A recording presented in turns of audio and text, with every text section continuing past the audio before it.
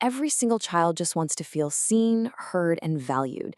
In this explainer, we're going to dive into positive discipline. It's an approach that guides children not with punishment, but with respect and encouragement. So let's explore the strategies that really help them grow with confidence. Let's kick things off with this really powerful idea from Dr. Jane Nelson, the person who actually developed the positive discipline program. This quote just completely challenges that old school idea that to make kids do better, we first have to make them feel worse. It totally reframes the goal, right? We want to help them feel capable of improving, not ashamed of their mistakes. So, what exactly is positive discipline? Well, at its heart, it's a huge shift in perspective. We're moving away from the old playbook of punishment and control, and we're moving towards teaching and connection. It's a whole different ballgame. Okay, so what it does is it helps develop these really crucial life skills. Things like responsibility, respect, and resourcefulness. And the key, the absolute secret sauce, is how it does this, through methods that are both kind and firm. So this isn't about being a pushover, and it's definitely not about being punitive. It's this beautiful middle ground where you're respecting the child and respecting the needs of the situation. And this distinction is so, so important. Punishment, that's all about the short-term fix. It's about stopping a behavior right now, usually through fear or shame. But you know what? The research shows this has some really negative long-term results. Positive discipline, on the other hand, is playing the long game. It's all about building self-discipline and problem-solving skills that are going to last a lifetime. So, how do we start? Where do we even begin? Well, the absolute foundation of this entire approach is connection. Before we can even think about guiding or correcting a child, we first have to build a strong, positive relationship, one that's based on trust and mutual respect. And this isn't just a nice-to-have idea.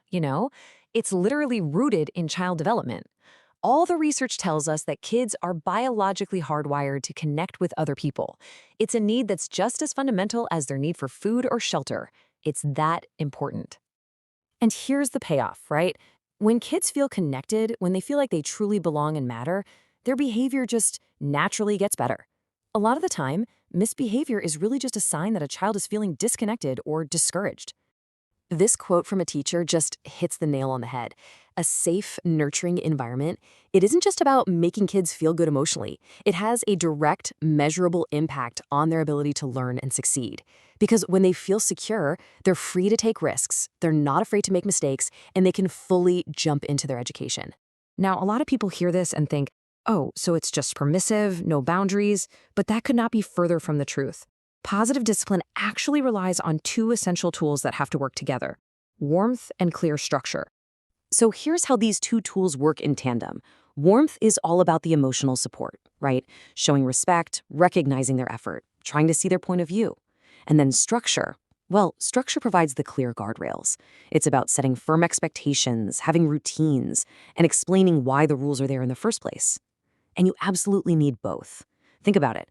Warmth without structure is just permissive. But structure without warmth, that feels cold and controlling. It's when you bring them together that you create a respectful and really effective environment. All right, so we've covered the philosophy, the big picture. But what does this actually look like in the heat of the moment? When a child is having a full-on tantrum or just refusing to follow directions. Let's get practical and look at the toolkit you can actually use. Because let's be honest, the real challenge is always figuring out what to do right now. But the good news is there are concrete, positive strategies that you can pull out to turn these tough moments into genuine teaching opportunities. All right, the first tool in our kit is something called redirection. And honestly, it's a total game changer.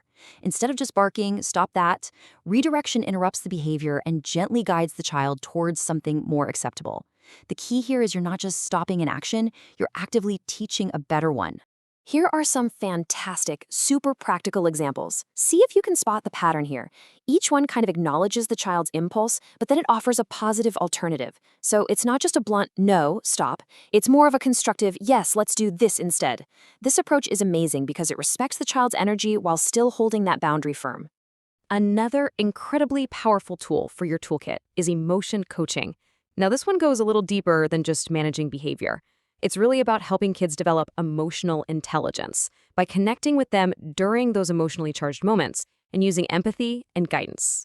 And Dr. John Gottman gives us a really clear 4-step model for this. So step 1, recognize their emotion.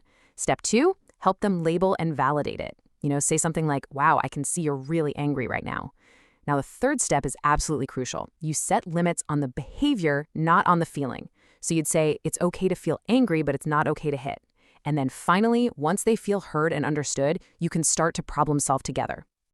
So, as we kind of pull back and look at the big picture again, it becomes so clear that these little daily interactions, they aren't just about managing today's behavior. Not at all. They're about building the foundation for a successful and fulfilling life down the road. This quote really frames the ultimate goal perfectly. Every single time we use a tool like redirection or emotion coaching, we're not just putting out a little fire. We are actively giving children the tools that they will need to navigate all the challenges, relationships, and responsibilities that come with being an adult. So the ultimate aim here is to cultivate skills on the inside, not just force compliance on the outside. We want to raise kids who have self-discipline, who have respect for other people, who can solve problems creatively, and who know how to cooperate. I mean, these are the real building blocks of good character. This 5-point checklist is a fantastic way to summarize the whole philosophy. So as you're in those tough situations, you can just ask yourself, is my response kind and firm? Is it helping my child feel like they belong? Is this going to be effective in the long run? Is it teaching a valuable skill? And finally, does it help my child discover how capable they are? If you can answer yes to those, you are absolutely on the right track. So as we wrap things up here, I want to leave you with this one question to reflect on. And look, it doesn't have to be some grand gesture. Maybe it's just 5 minutes of uninterrupted play, or a genuine question about their day. Or maybe it's just simply acknowledging their feelings with empathy. So what is one small way you can build that connection before you have to make a correction today?